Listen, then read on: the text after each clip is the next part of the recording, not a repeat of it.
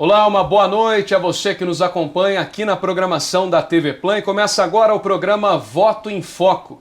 Nas eleições municipais 2020 em Poços de Caldas, 9 candidatos disputam a vaga do Executivo de Poços de Caldas. E para que você, eleitor, conheça cada um desses candidatos à Prefeitura, nós iremos entrevistá-los aqui na TV Plan. No programa Voto em Foco, são 5 perguntas para cada um dos candidatos, com base em seus planos de governo. Todos eles foram convidados e participam conosco por ordem alfabética.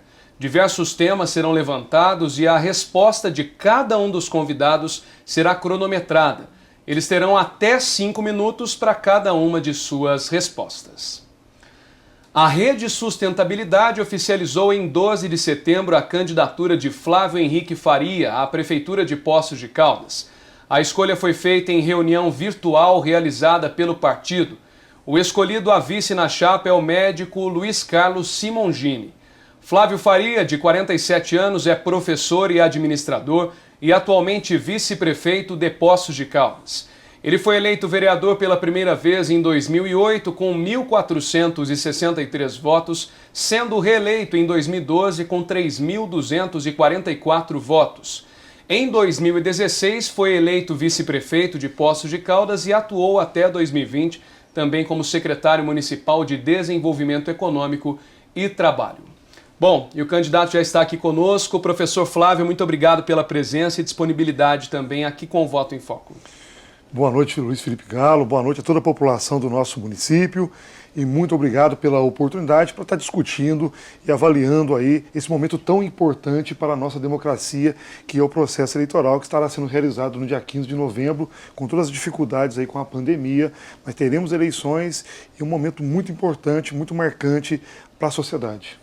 Tá certo. E começando então as nossas perguntas, o primeiro tema será educação. Candidato, em uma de suas propostas do plano de governo está a inclusão digital por meio da implantação do programa Wi-Fi nas escolas, no qual os estudantes matriculados nas unidades educacionais municipais e professores até 2023 terão acesso à internet para a finalidade pedagógica no âmbito de espaço escolar. O senhor, tendo atuado diretamente nas salas de aula, acredita que tal implantação seria possível, considerando o sucateamento da rede pública municipal e até a necessidade da melhoria de materiais básicos nas escolas? A questão do Wi-Fi seria até mesmo uma prioridade para a sua gestão? Lembrando que o senhor tem 5 minutos, até 5 minutos para a sua resposta. Luiz Felipe, muito obrigado pela pergunta, uma pergunta muito importante. Nós estamos no século XXI e é importante se destacar, Luiz Felipe, que a tecnologia, a inovação, ela é fundamental para a nossa sociedade. Inclusive, as tomadas de decisões, elas devem ocorrer levando em consideração as informações rápidas e atualizadas. Então, você levar a rede social, as redes, né, o acesso às redes sociais pela comunidade escolar, isso é algo necessário e urgente. A própria pandemia, ela trouxe para nós, nesse momento, a diversidade e as dificuldades que as nossas escolas estão encontrando. Os professores estão utilizando o material deles, tentando viabilizar aulas remotas para os alunos com todas as dificuldades, porque é um grande desafio, e muitos alunos não têm acesso à rede social. Então, isso trouxe uma reflexão muito grande, é um trabalho muito importante, mas é importante se destacar a sua preocupação, que é legítima, em relação à estrutura das unidades, e nós tivemos essa preocupação trabalhando na Secretaria de Desenvolvimento Econômico e Trabalho, foi quando nós conseguimos realizar diversas parcerias com empresas que foram para o nosso distrito ou empresas que chegaram a instalar em Poços de Caldas e que deram uma contribuição muito grande para a nossa comunidade. Dentre essas contribuições, nós temos, por exemplo, a creche Lápis de Cor. A creche Lápis de Cor é uma creche que tinha um anexo ali do lado, ali próxima a Vilas Unidas, uma creche que precisava de fechar esse anexo, porque o anexo seria uma escola à parte, era na Nico Duarte, Então você tinha uma outra cozinha, uma outra merendeira, você tinha uma outra estrutura física para atender essa unidade. Nós conseguimos, nessa parceria com o setor privado, ampliar a creche Lápis de Cor, onde foi fechado o anexo, e com isso nós geramos mais 60 vagas na creche Lápis de Cor. Então essa preocupação com o sucateamento é uma preocupação que nós temos, porque hoje, Luiz Felipe, nós temos 25 escolas e 50 creches com as conveniadas. Temos hoje na rede municipal 13 escolas com contraturno, onde o aluno vai para a escola e tem aula depois do contraturno, ele tem uma aula de atividades lúdicas, como esporte, cultura e assim por diante. E temos 9 PMJs. Hoje nós temos na rede municipal de educação, quando você coloca também a educação infantil, nós temos hoje algo em torno de 7 mil crianças, um pouco mais acima disso, na escola integral. Só que do ensino fundamental e do ensino médio, nós temos aí um patamar de 2 mil e poucas crianças que estão na escola integral, seja no PMJ ou seja no contraturno.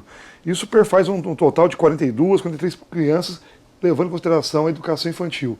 Nós precisamos avançar nisso, nós precisamos permitir que as crianças tenham a oportunidade de ficar mais tempo na escola. E para que isso ocorra, o acesso à rede social ela é muito importante como uma ferramenta para ser utilizado no ensino e aprendizagem dos nossos alunos. Então nós temos a preocupação, sem dúvida alguma, de levar as redes sociais, o acesso à rede social no entorno, dentro do ambiente escolar, para os nossos alunos com qualidade, porque isso é um problema muito sério, porque muitas escolas, inclusive, têm problema de telefonia. E isso nós não podemos admitir, né? Tem problema de enviar um documento porque você tem uma dificuldade com acesso à internet. Então nós precisamos melhorar esse sistema, esse serviço. É uma necessidade, é um investimento muito importante, mas temos que ter o cuidado e o zelo de cuidar das nossas escolas. E essa parceria com o setor privado foi muito importante. Uma outra unidade escolar, que também foi beneficiada na zona leste da cidade, é a Escola Zé Neto. É uma escola muito grande, em torno aí de 1.000 alunos, 800 alunos aproximadamente, uma escola bacana. As diretoras sempre defenderam a importância da construção de uma quadra naquela unidade. Quando o vereador nós conseguimos uma emenda, mas naquela época não foi possível, porque a prefeitura não tinha a certidão negativa, então não conseguiu avançar nisso, mas conseguimos com uma grande empresa que se instalou em Poços. Essa empresa foi lá e construiu uma quadra, que ficou uma quadra muito bacana, que deu aí qualidade de acesso ao esporte para a nossa juventude daquela região. Não conseguiram utilizar a quadra ainda devido aí à pandemia, então a quadra ficou pronta nas férias, já na sequência veio a pandemia, então foi muito pouco utilizado a quadra, mas nós acreditamos que esse sucateamento, como você falou, é importante, um trabalho com o setor privado, o envolvimento de toda a sociedade, para que possamos juntos avançar e dar respostas para a nossa sociedade. E um ponto importante, Luiz, é a construção de um projeto nosso que está no plano de governo, que chama Participe.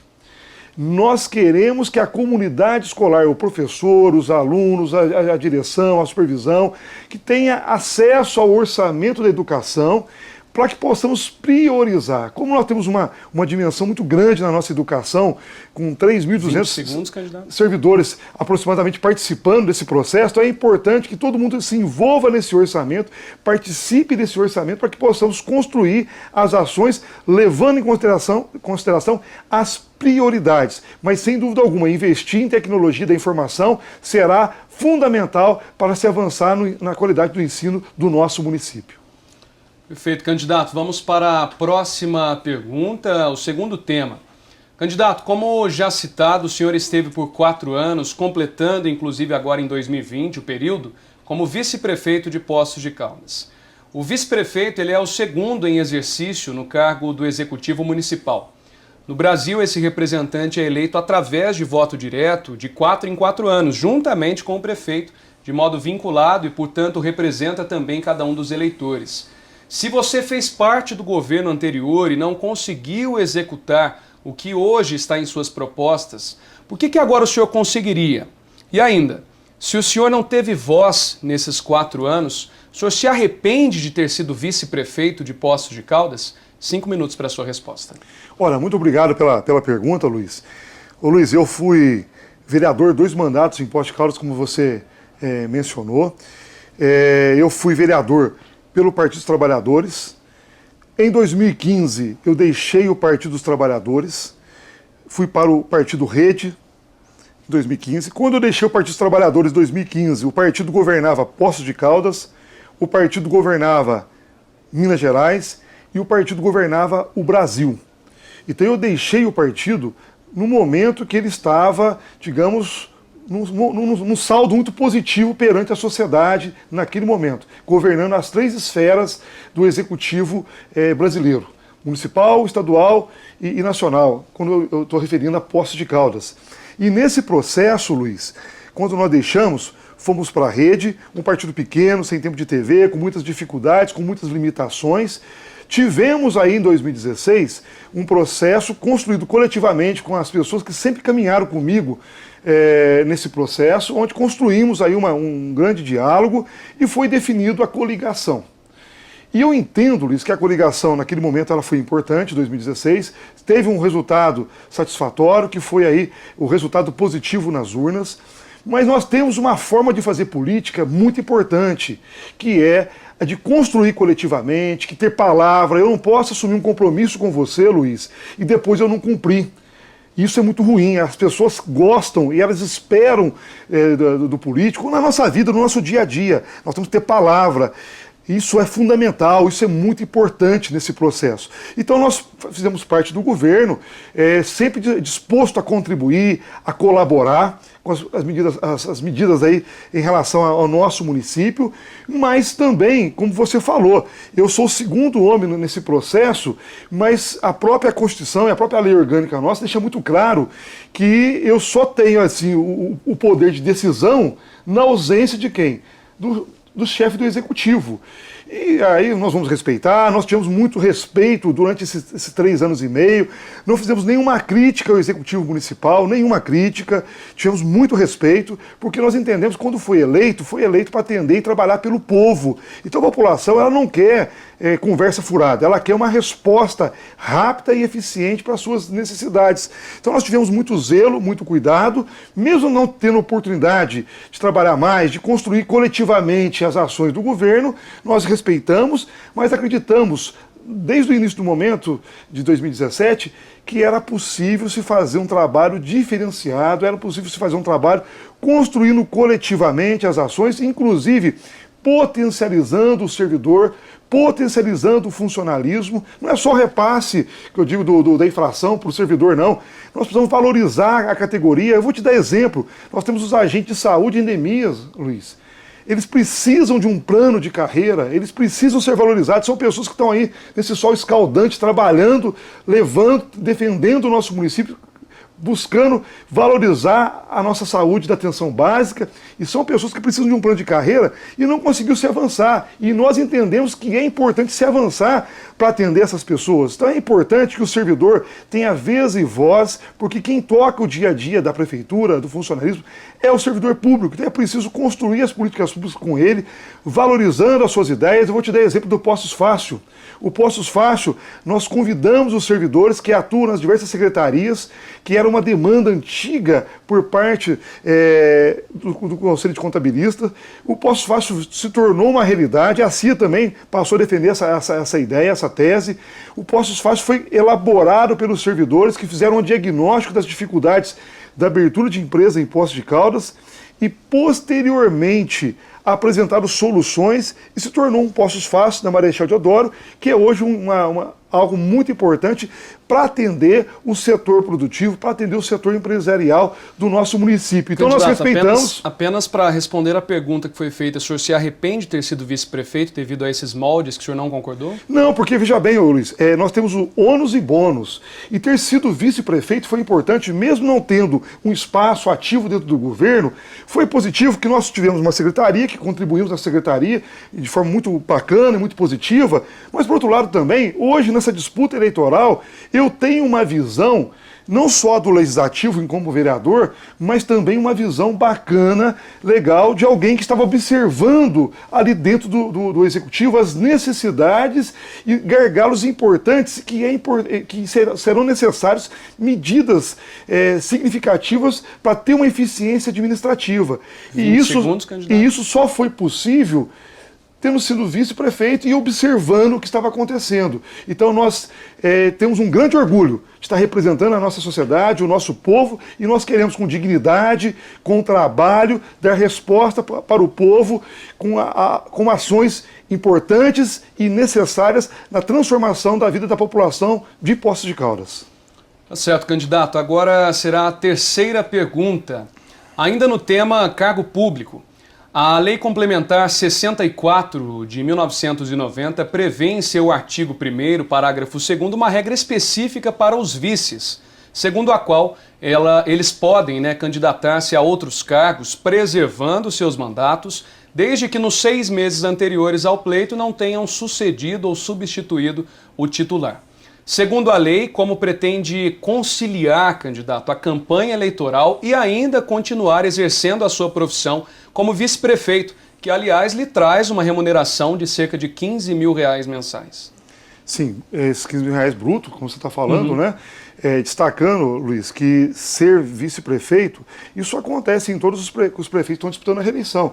Seja prefeito anterior que disputou a reeleição, seja o prefeito atual, todos eles vão conciliar esse processo, né? Quando você é prefeito, quando você é vice-prefeito, ou quando você é vereador, quando você é deputado, você é isso 24 horas. Então a demanda ela é uma constante na tua vida. Então você tem que se organizar nos atendimentos para a população, nos encaminhamentos que forem demandados e dentro das agendas. Então você tenta fazer aí um processo que você possa conciliar e dando resposta para as demandas que chegam via aí executivo municipal e ao mesmo tempo buscando aí trabalhar dentro de um processo eleitoral. Nós estamos num processo eleitoral diferente, que as redes sociais terão um peso muito importante dentro desse processo. Como você falou, a nossa lei, ela faculta isso ao vice, né? Inclusive, ele não precisa nem descompatibilizar para disputar uma outra função. No caso do prefeito, para disputar uma outra função, ele é obrigado a renunciar.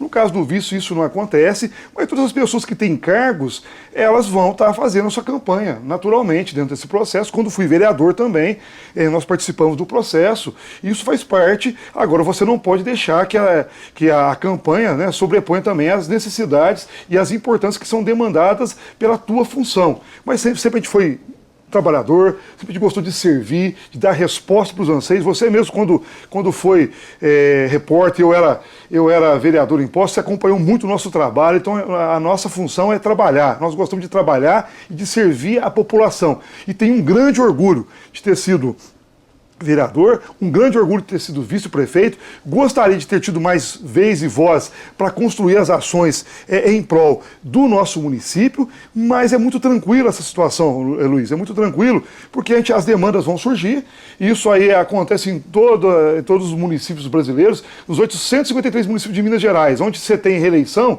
você vai ter um prefeito lá que vai ter que sair para fazer também campanha e também vai ter que conciliar as necessidades diárias da população. Mas isso é muito tranquilo, a população nos procura constantemente, a gente tem uma atuação não só de gabinete, mas também de procurar visitar os bairros, de conversar com as pessoas, de ouvir as demandas, de ouvir as necessidades, a gente liga, cobra de vários setores, tenta contribuir para que as políticas públicas do nosso município possam avançar. Então nós somos um vice-prefeito que gostamos de trabalhar, que gostamos de dar resposta. Na própria secretaria, nós avançamos muito na área de qualificação profissional, na vida de empresa, na potencialização de empresas que atuavam em nosso município aqui, quando foi demandado. Nós fizemos muitos eventos importantes para Poços de Caldas, inclusive o China Day. Fizemos aí a rodada de negócios, que foi muito importante para Poços de Caldas, onde se movimentou algo em torno de 200 milhões, 195 milhões de reais e 200 empresas participando desse evento. Então nós tivemos várias ações importantes que aconteceram.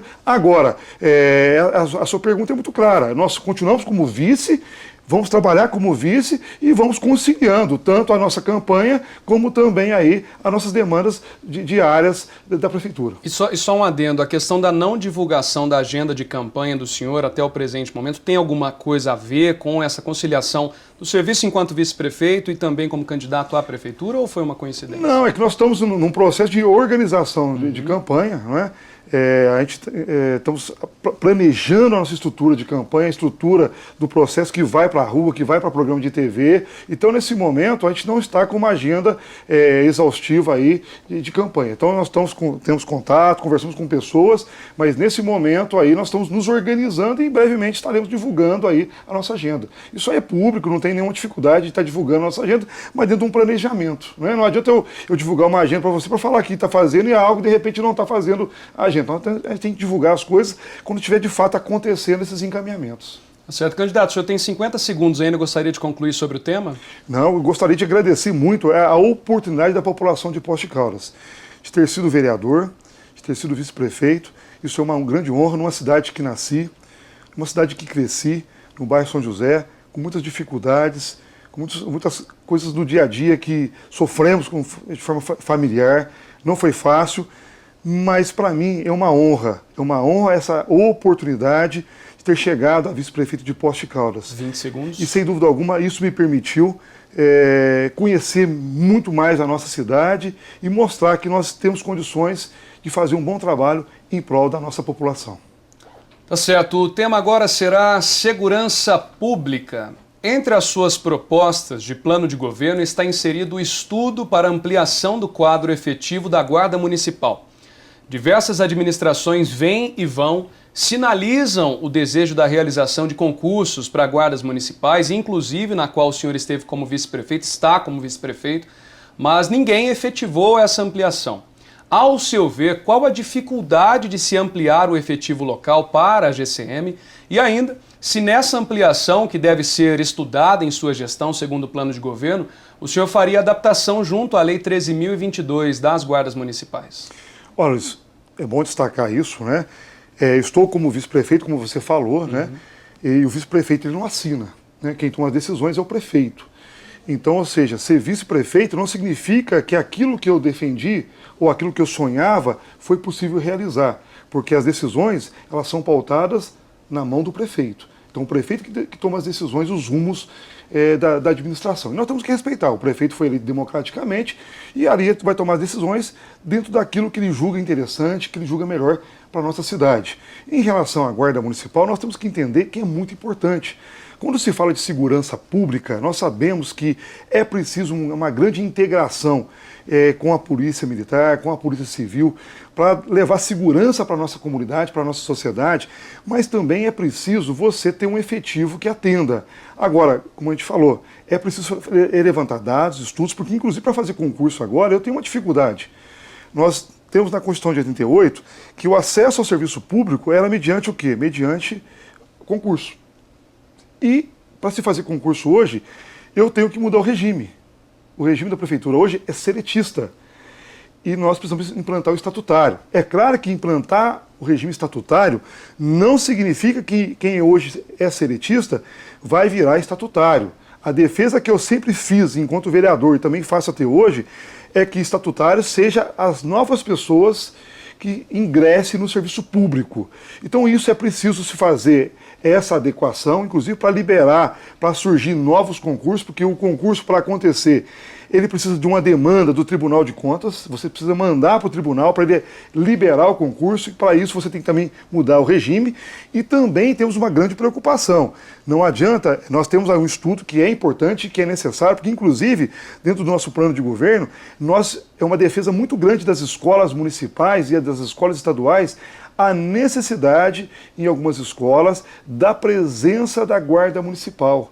Inclusive, no nosso plano de governo está lá, criar a guarda amigo da escola, porque é preciso dar um suporte para nossas escolas muito grandes, na hora você tem dificuldade de trânsito, você tem dificuldade de muito movimento para controlar ali, para orientar. Então é preciso valorizar e potencializar em muito a nossa Guarda Municipal, que tem um papel, inclusive, com outras equipes aí, com os agentes de endemia, em relação à pandemia, né? Trabalhando aí em diversos pontos no nosso município. Então, sem dúvida alguma, a Guarda deve ter um papel importante nesse processo, é necessário se construir, se buscar alternativas que possa dar uma resposta para esse efetivo, mas também isso é todo dentro de um processo de planejamento, porque também não é possível você abrir concurso, contratar mais pessoas, onde nós temos hoje um número de 6.300, 6.400 servidores públicos municipais, e eu tenho uma lei de responsabilidade fiscal que estabelece um limite legal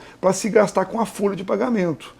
51,6% é o limite prudencial e 54% estourou a folha de pagamento. Então nós temos que seguir todas as orientações da lei de responsabilidade fiscal para que as coisas possam acontecer. Mas sem dúvida alguma, o papel da Guarda Municipal é muito importante para o nosso município, no sentido de cuidar dos próprios públicos e ao mesmo tempo levar aí um trabalho de segurança, de contribuição na segurança para a nossa comunidade. Vou dar exemplo para você, nós temos lá no bairro Santa Rita, foi uma defesa antiga de moradores ali daquele bairro, inclusive nós fizemos diversas reuniões lá, e foi feita uma intervenção naquela quadra, dando qualidade. Mas é importante o quê? Que aquele espaço seja utilizado pela comunidade. E como isso? A Guarda terá um papel importante nesse processo, porque não adianta você recuperar um equipamento público, você estruturar, iluminar, construir quadra, melhorar, revitalizar, mas você não oferecer segurança. Então é preciso, sem dúvida alguma,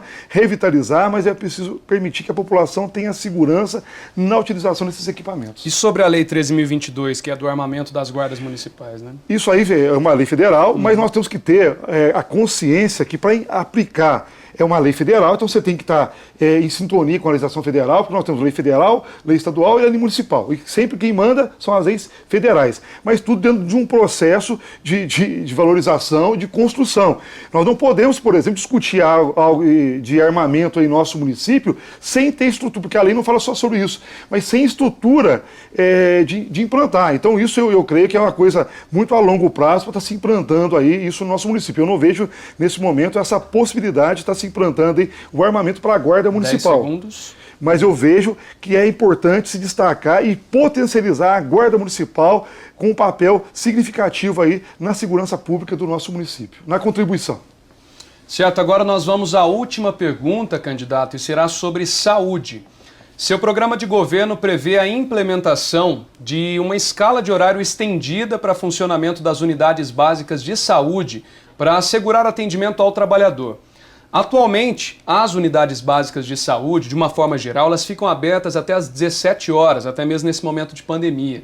Primeiro, até qual horário o senhor pretende realizar essa ampliação e ainda, como seria essa logística aos próprios servidores públicos que atualmente eles trabalham, 6 horas por dia e devido às horas extras, tem sido um grande comprometimento para boa parte da verba da prefeitura. 5 minutos. Olha, é muito importante se destacar que as unidades de atenção básica elas são fundamentais no nosso município. Nós entendemos o papel da atenção básica na saúde de Poços de Caldas e a implantação do horário. Nós temos uma política federal que orienta nessa ampliação. E essa ampliação, ela demanda, sem dúvida alguma, a contratação de novos colaboradores, de novos servidores. Para que esteja atuando nesse processo ou também através de um processo de escala.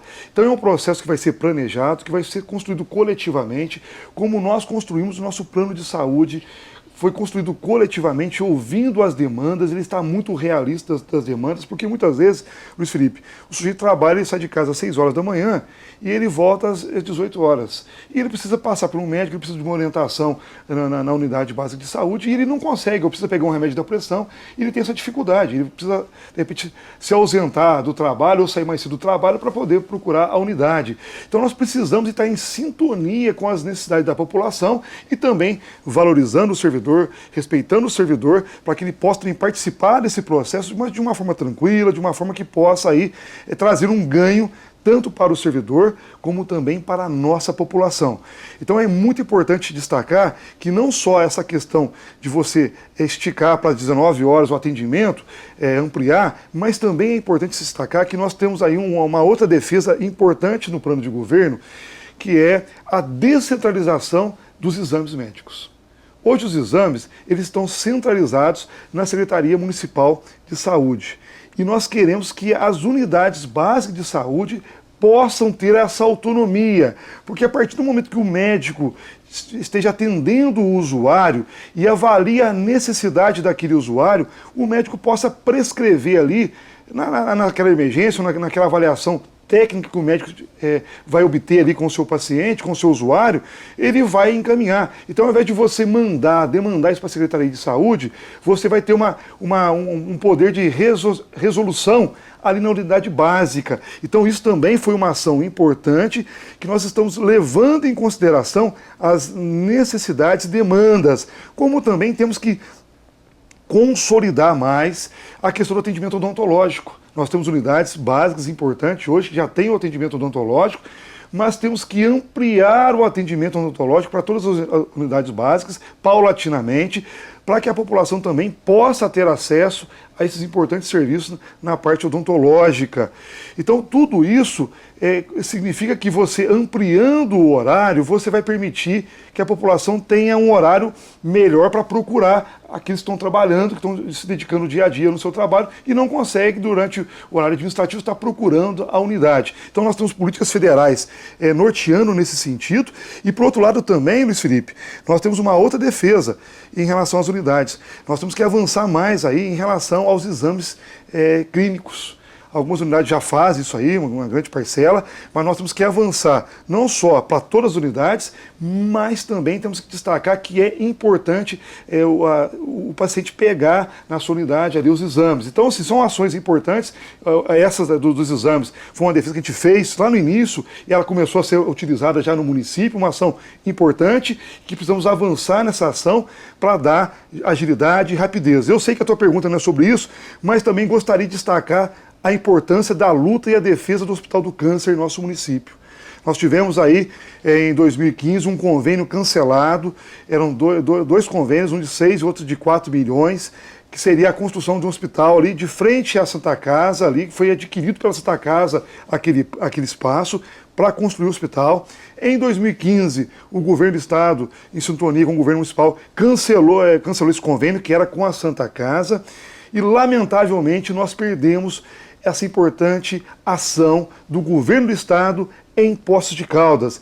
E uma das bandeiras nossa como vereador e também como vice-prefeito e agora como candidato a prefeito de Poços de Caldas é a defesa, juntamente com o Dr. Simogini, da implantação do Hospital do Câncer em nosso município para reativar essa discussão com o governo do estado, destacando aí que, quem sabe, esse sentimento de lutar contra o câncer é as pessoas que passam por isso, seus familiares, então sabe a grandiosidade e a importância disso para as políticas públicas de saúde do nosso município. E essa defesa nós assumimos. Até aproveitando, lendo o seu plano de governo, eu não vi na parte da saúde falando sobre o hospital de câncer.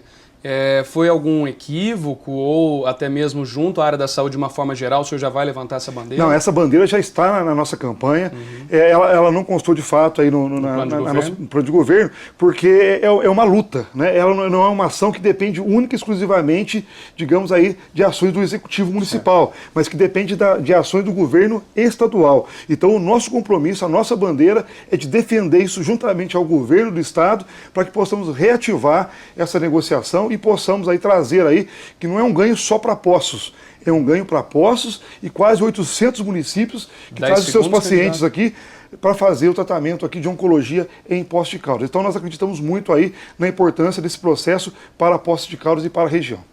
Tá certo. Estivemos então aqui com o professor Flávio da Rede Sustentabilidade. Professor, agradeço a sua disponibilidade, a presença dentro aqui do programa Voto em Foco. Muito obrigado pela oportunidade, Luiz, pelo carinho aí, pelo respeito. E eu gostaria de reafirmar com a nossa população o nosso trabalho, a nossa vontade de servir e, acima de tudo, a palavra com o cidadão poços-caldense. porque na política é importante ter palavra, porque muitas vezes a gente está acostumado com as pessoas que prometem e não cumprem. E nós queremos trabalhar e cumprir nossas metas junto à população de Poços de Caldas, construindo a política pública com a participação de cada cidadão do nosso município. Muito obrigado. Obrigado, candidato. E no próximo bloco, seguindo a ordem alfabética, recebemos aqui no Voto em Foco o candidato a prefeito Geraldo Laier, do Podemos. Nós voltamos já.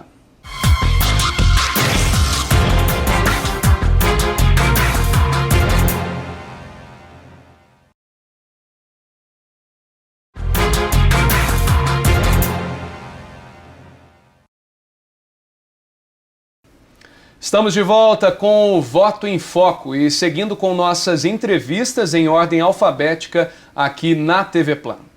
O Podemos oficializou em 12 de setembro a candidatura de Geraldo Laier à Prefeitura de Poços de Caldas. A escolha foi feita por unanimidade em convenção realizada pelo partido. Esta será a primeira vez que ele concorre a um cargo público. O candidato a vice na chapa será o empresário Artêmio Leite. É natural de Poços de Caldas, o comerciante Geraldo Laier tem 71 anos e é eletrotécnico. Ele foi funcionário do Departamento de Construção da Alcoa por 12 anos e meio, onde se aposentou. Está na política de Poços desde 1992 e já está conosco aqui em nossos estúdios. Candidato, muito obrigado pela presença e disponibilidade. Eu agradeço o convite e estou à disposição para esclarecer a população em tudo aquilo que eles esperam de um candidato. Tá certo. Vamos então à nossa primeira pergunta. Candidato, nós vamos começar falando de geração de emprego. Com o advindo da pandemia do novo coronavírus, a cidade começou a perder muitas vagas de emprego logo em março, quando registrou menos 908 de saldo de carteira assinada, segundo o CAGED. Em abril, teve sua pior atuação no mercado de trabalho, ficando com menos 2.251 empregos. Em maio e junho houve uma recuperação, registrando 919.580 negativos. Junho foi o melhor mês até o momento, quando o saldo, embora negativo, teve uma boa elevação em se tratando deste período.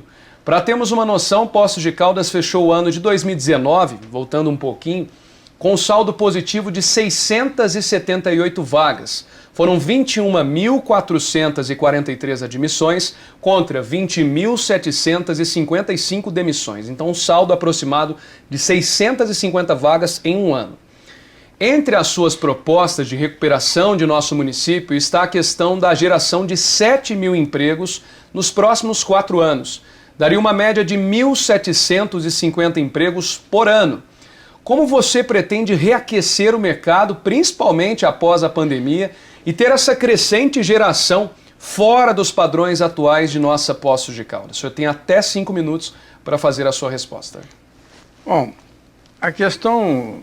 Poços de Caldas é uma cidade turística e nós não estamos aproveitando totalmente o nosso potencial turístico. E parece que até de certa forma proposital deixaram nossas atrações turísticas se deteriorarem a uma situação grave, Então, e agora com essa tentativa de privatização. Você deixa a coisa chegar no fundo do poço para depois privatizar. Eu sou totalmente contra isso, acho que o nosso turismo tem muito potencial e muita condição de ser gerado muito emprego nessa área. Foi aonde mais se perdeu emprego nessa pandemia. Porque os hotéis, toda a cadeia turística, com consequência no comércio e tudo mais. Então, eu pretendo criar uma agência que a SEDET hoje, eu acho que ela não cumpre muito bem essa função. Criar uma agência de desenvolvimento.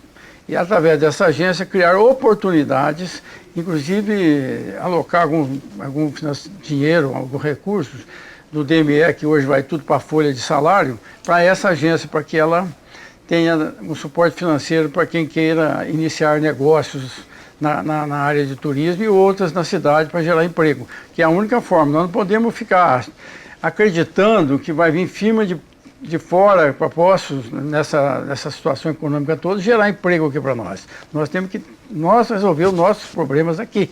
E nós temos potencial para isso.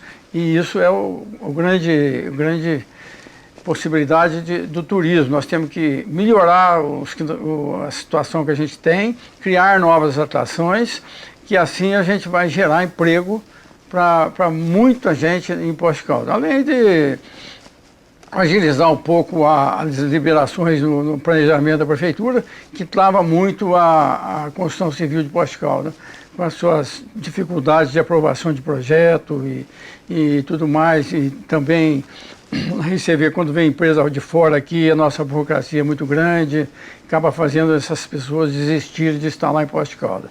Então eu acho que nós temos que simplificar tudo isso, e a única forma para que a gente possa realmente tá gerando esses empregos. E, então, eu encaro isso de frente, eu acho que nós temos potencial, dá para fazer, nós podemos criar uma autarquia municipal de turismo bem enxuta. Você vai me falar, não, mas tem a secretaria. A secretaria, ela não tem liberdade, ela está atrelada à prefeitura e o seu orçamento. Quando é uma autarquia, ela tem um orçamento separado. Então, com a autarquia, vamos falar no máximo 10 funcionários, para a gente, entrando na prefeitura, reforma esse teleférico com dinheiro do DME, vamos reformar ele, deixar ele como novo, e aí, com a operação dele, o recurso que gerar no teleférico vai para essa autarquia junto com o Fundo Pro Turismo. Assim a autarquia vai ter condições de investir e criar oportunidades e, fazendo essas oportunidades, fazer parceria público-privada com as empresas locais que estão em alguns pontos já existe, em outros nós vamos fazer tipo uma licitação para desenvolvimento de tudo isso e fazer com que crie receita para a cidade. Mas o senhor acredita que o turismo, então, seria a chave para gerar cerca de 1.750 empregos por ano? Ele é o principal. Além dele, você tem essa questão da indústria de construção civil, né? Que se você simplificando, não é esquecendo as exigências ambientais, não. As burocracias internas da prefeitura. Às vezes você vai para aprovar um projeto lá, eu já vi projeto ali de 2-3 anos, por exemplo, de loteamento, para conseguir aprovar. Isso tudo é investimento que não acontece. E se a coisa tiver uma certa agilidade, vai gerar emprego. A consequência é essa, normalmente. Além disso, você simplifica, por exemplo, o nosso distrito industrial, nós temos que dar algumas facilidades. Hoje ele não tem internet, né, de qualidade, né? As internet que tem lá praticamente é rádio. 20 segundos, candidato. Tá? Então eu acho que existe realmente a possibilidade de nós temos que acreditar em nós e não esperar que caia do céu. Tá certo, este foi o primeiro tema, e o tema agora será a redução salarial. Candidato, uma de suas bandeiras levantadas durante a campanha é com relação à diminuição do salário de prefeito e demais cargos políticos. Primeiramente, como que o senhor pretende elaborar este projeto para encaminhamento à Câmara de Vereadores? E o mais importante, como você espera que tal projeto seja aprovado por maioria entre os vereadores? Olha, eu queria agradecer muito essa pergunta, porque, inclusive, é uma questão de esclarecimento da população. Quem determina o salário do prefeito, vereadores e agentes públicos é o povo de Poços de Caldas, através dos seus representantes vereadores. O salário deles não é fixo por lei, não é obrigatoriamente ser reajustado de 4 em 4 anos. Você pode, a cada 4 anos, determinar qual será o salário, em função, inclusive, da situação financeira da prefeitura e econômica do país. É o caso agora, porque você tem aí hoje o prefeito ganhando 28.900, vamos pôr, 29 mil. Essa lei foi promulgada no último ano de governo de Heloísio. Então agora está na hora de fazer a nova lei. Eu tive o cuidado de ir até a Câmara, ainda não fizeram, tá? Ainda não fizeram. Então eu estou com uma proposta, quem quiser participar, é uma lei de iniciativa popular para fixar o salário dos políticos na próxima legislatura. Inclusive, isso é o único caminho para se fazer uma reforma administrativa na prefeitura e reduzir os gastos excessivos que estão tendo hoje com relação ao salário. Tive o cuidado de ver a folha salarial, está aqui, até posso demonstrar. De mês de julho de 2020, a prefeitura gastou 36 milhões com a sua folha de salário. Isso é impossível do povo conseguir pagar isso, porque isso aí tem que sair de multa, de IPTU, de recursos federais que às vezes não são o que eles esperam. Em função da certidão tem muito recurso que acaba não vindo para a cidade. Então tudo isso é o que chega hoje à situação caótica que a prefeitura está, e eu vejo todo mundo falando em reforma administrativa. A reforma administrativa não tem ilusão não, ela tem que ser uma redução dos gastos da prefeitura, senão não vai sobrar recurso para atender às necessidades básicas da população. Inclusive isso é um dos requisitos para que você faça essa lei. Lá na Câmara, está lá no artigo 4º, fala lá, você só pode dar aumento se todas as necessidades básicas da população estiverem sendo atendidas. E eu procurei nas últimas 5 leis que regem isso, que são feitas de 4 em 4 anos, nunca foi atendido todas essas necessidades básicas da população. Então, o que o povo tem que entender, é dele o poder de fixar o salário do prefeito, dos vereadores e dos agentes políticos da cidade. Então tem que aproveitar esse momento agora e vamos dar o seu nome, o seu número de título eleitoral, assinar e a gente chegar atingindo 8 mil assinaturas, vamos levar e protocolar na Câmara. Para quanto o senhor diminuiria o salário para prefeito, vice e demais? Prefeito, a proposta é 15 mil reais, que é o que era em 2003. Porque o prefeito determina o salário máximo da prefeitura. Então, o super salário da prefeitura vão deixar de existir, porque, inclusive, esses super salários, para que todo mundo tenha conhecimento, foram, a grande maioria, conquistados na Justiça Trabalhista, de forma que, por falha da própria prefeitura, que não tinha um corpo jurídico para acompanhar a transmissão que fizeram do sistema anterior, né, o estatutário, para o seletista. Então gerou tudo isso. Então hoje tem absurdos dentro da prefeitura, 52 mil, 42 mil, 36 mil, 28 mil. Então você tem, segundo parece, 66, eu acredito que quando você trazer para 15, isso vai ter muito mais gente, que você vai ter que nivelar esses salários, porque inclusive fala, o salário tem que ser compatível com o mercado. Mas não é o que está acontecendo. O salário da prefeitura está muito acima do mercado. Então, temos que realmente mexer nisso e isso é a população fazendo pressão, a Câmara tem que votar. Outras cidades, eles reduziram até bem mais que isso. Mas o senhor acha que os vereadores vão ser favoráveis a isso? É os vereadores que estão saindo. Eles vão votar a lei para os que vão entrar. E nem todos que estão lá vão retornar. Então é uma questão de justiça. Os vereadores representam o povo. O povo está necessitando disso agora. Poços necessita disso. Nós estamos com uma situação caótica na prefeitura. 93 milhões de dívidas de INSS, inclusive vai diminuir o recolhimento de INSS quando você diminui a folha. E você tem ali um déficit orçamentário até agosto, que eu estava olhando, 331 milhões. Eu não sei como é que vai fazer esse final 20 segundos, candidato. Então, eu acho que conto com todo mundo. Quem quiser pegar uma lista dessa, é só dirigir na Rua Grande do Sul, 1177. Eu disponibilizo a lista para escolherem essas assinaturas. Certo, vamos então agora ao nosso terceiro tema, e será mobilidade urbana. Candidato, em sua campanha, o senhor tem comentado sobre uma ligação da Zona Sul ao centro por meio de linha férrea. Como que o senhor pretende colocar esse projeto em prática e até mesmo o teor de investimentos para o setor, já que seria necessária uma estruturação em diversos âmbitos, além da contratação de profissionais capacitados para a área que seria nova no município? E já que estamos falando também da mobilidade urbana, posteriormente o senhor pode comentar sobre o monotrilho também aqui na nossa cidade. Tudo bem. Bom, a questão da mobilidade urbana está aí um baita problema, né? Eles contrataram uma empresa que demorou para fazer, era um compromisso do prefeito com o Ministério Público, não concluíram esse trabalho, fizeram um aditivo e até hoje você não tem ainda um planejamento adequado para atender às necessidades da população. Isso aí tudo que eu vejo, a questão, você falou de trem, né?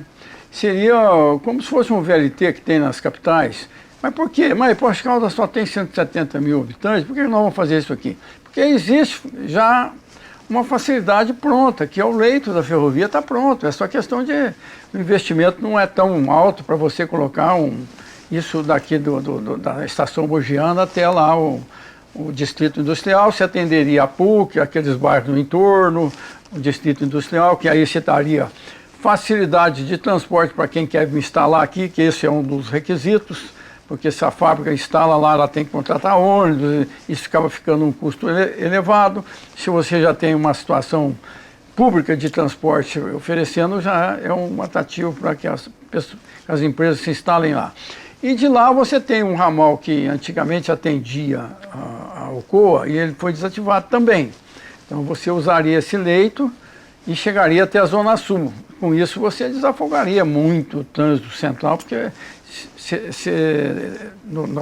pela via do Saturnino de Brito, que hoje todo mundo passa ali, então esse povo poderia vir por essa situação aí do tanque, e além de que você usa também, uma vez recuperado o leito, você pode usar na questão do trem turístico, não é?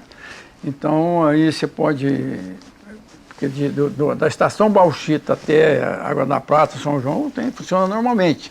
Então você só faria essa ponta onde foi retirado os trilhos, recuperando. Aí você fala, mas quem vai investir nisso aí? Aproveitando essa questão da renovação dos transportes públicos, você pode até incluir, talvez, isso aí numa licitação dessa, entendeu? Numa parceria público-privada, que nós poderíamos, talvez, tentar ajudar financeiramente para que isso se concretize, e eu acredito que existe até verbas federais para isso. Até parece que há pouco tempo tinha aí uma verba de 10 milhões para o trem turístico. E essa verba, segundo consta, ela se perdeu por conta da falta de CND e outras coisas que tem aí. Então, eu acho que Poços de Caldas, ela está estrangulada em alguns aspectos do trânsito, porque ela foi uma cidade projetada, com ruas largas no centro, acabou que os bairros não obedeceram o mesmo padrão.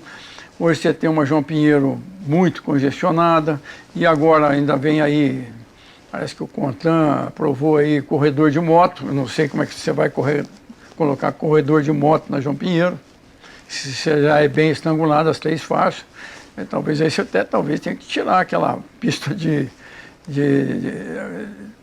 Cooper que tem lá, né? O pessoal tem também uma faixa de bicicleta, não sei como é que você vai fazer isso. Existia um projeto na João Pinheiro sobre o Rio, que foi tão falado já em diversos governos.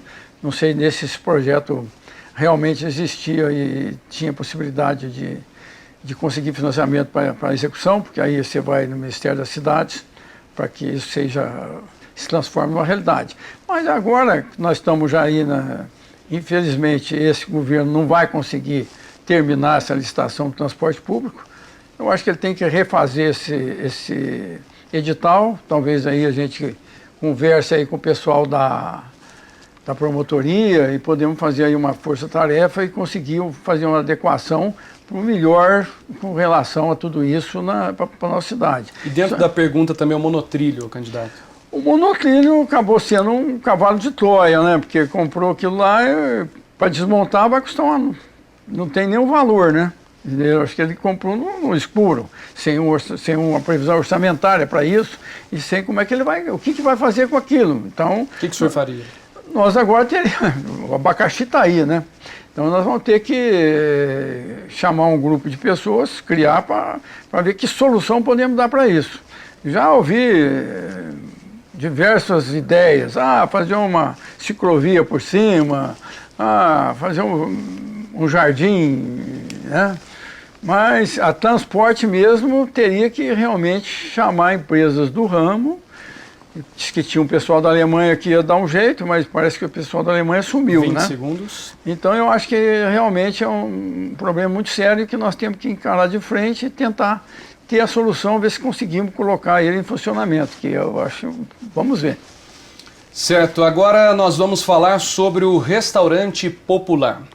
Bom, o senhor publicamente já informou que pretende implantar novas unidades do restaurante popular, que seriam ramificações do restaurante hoje localizado no centro.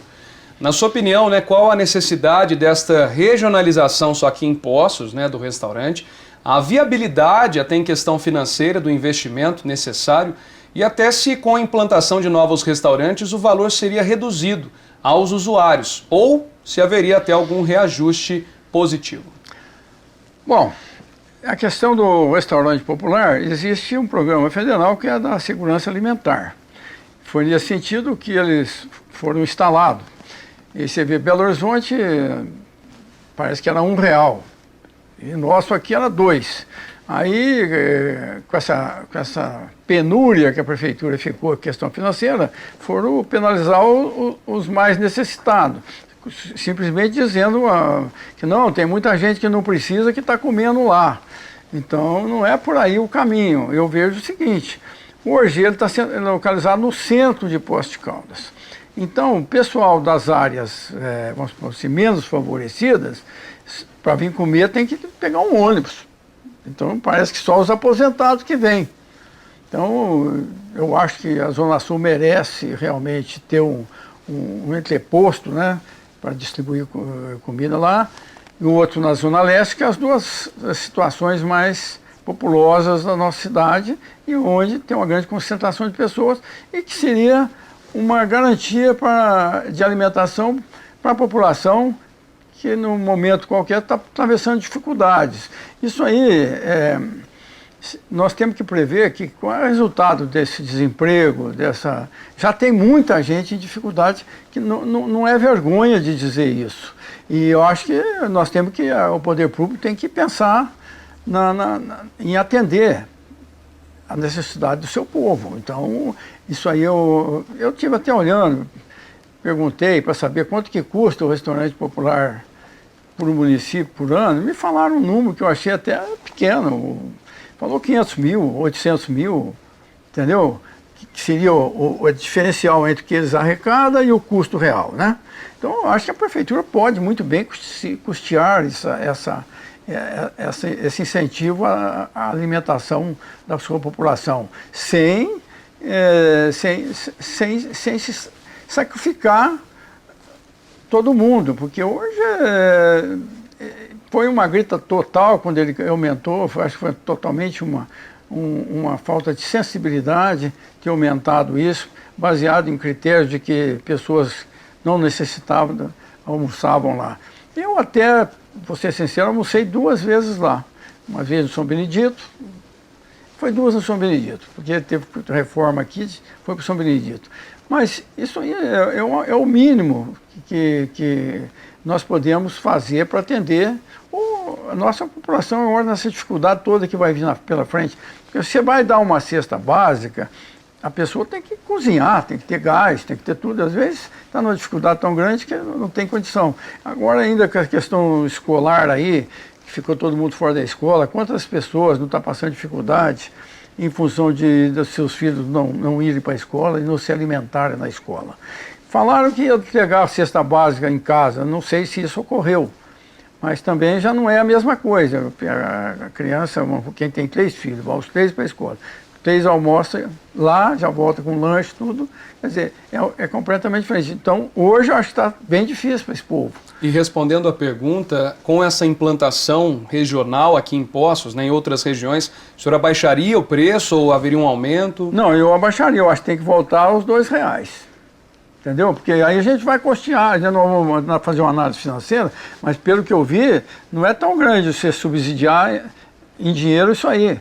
Se nós vamos fazer a reforma administrativa na prefeitura, é para sobrar dinheiro para atender essa parte, a parte social, que é a alimentação, que é a saúde, que é a educação. Nós temos que realmente incentivar isso aí. Tá certo, o senhor tem ainda 1 minuto, gostaria de concluir sobre o tema? Exatamente sobre isso aí, que quem não tem o problema hoje de desemprego, não sente na pele as dificuldades, né? E aí o que acontece? Hoje as famílias tentam se resolver dentro das suas próprias famílias, mas nem sempre é suficiente para tudo isso. Tem os aposentados, né, que acabam assumindo famílias com a sua aposentadoria, né, seus filhos, netos, etc. Então eu acho que nós temos que realmente, nesse momento agora de pós-pandemia, encarar e saber, não podemos esquecer que isso não é uma previsão, isso vai ser uma realidade. A dificuldade vai ser muito 20 grande. segundos. Então eu acho que realmente nós temos que investir nisso aí. Certo. Nossa quinta pergunta, a última pergunta, entrará no tema segurança pública. Na área da segurança, o senhor pretende implantar sistemas de câmeras interligadas em toda a área do município, como também uma cerca elétrica a ser distribuída em áreas mais sensíveis, com forte iluminação nos locais para inibir o tráfico de drogas. Primeiro, quais seriam esses citados pontos sensíveis colocados ali no plano de governo para a instalação de cercas elétricas? E ainda, como angariar investimentos com a prefeitura em pleno déficit para a compra de equipamentos de segurança particular nesse caso? Bom, a questão é uma só. Poços de Caldas, na questão de segurança, eu vejo que os índios da PM às vezes falam, melhorou muito, melhorou muito. Mas na questão de mendigo e micros Cracolândia que já tem aí, né, lá na Vila Cruz e outros locais, embaixo das estações do monotrilho, aqui para cima. Então, o que está acontecendo? Nós estamos perdendo o controle sobre isso aí. Isso aí o que é? Consequência da droga. Não adianta falar que não é. Esses assaltos todos aí pessoal ligado à droga. Então, quando eu falo em cerca eletrônica, eu quero dizer o seguinte: nas nossas entradas, você vai realmente monitorar tudo que entra, tudo que sai. Com câmeras ligadas a uma central, que o carro chegou, focou na placa, já sabe se é roubado, se não é, entendeu? Então você não é no intuito de multar ninguém, é no intuito de ter a segurança para a sua cidade. E isso hoje, com a evolução da eletrônica, dos sistemas de segurança de câmera, é perfeitamente viável e não é tão caro igual muita gente pensa. O que nós temos que ter? Qual é o insumo básico para você instalar isso aí? Energia elétrica nos pontos e internet de qualidade. Então, eu, até como militante na área, eu advogo até que o DME já devia ter entrado na área de internet, porque ele tem toda a rede completa, ele pode passar cabo em qualquer ponto da cidade e chegar com a fibra ótica em todos esses locais. Hoje você tem lá, a energia elétrica chega lá no distrito industrial, ela chega lá no ponto da cascata, ela chega no carretão, chega lá do pórtico da Alcoa. Então tem a infraestrutura possível de você fazer isso. E eu acho que isso aí deveria até, na questão de investimento de lá, talvez só fazer alteração na lei que rege as funções do DME e adequar que ele pode também trabalhar na área de telecomunicações, que aí no caso a internet. Mas onde que seriam esses pontos sensíveis que você cita? O ponto sensível é o seguinte, não, cerca elétrica não é no ponto sensível, na cidade, para não impedir a entrada. Ponto sensível seria São João, Vila Rica, atrás ali do Mujolim, lá em cima do Santa Rosário. Nós temos que iluminar tudo isso para inibir na madrugada tudo que está acontecendo.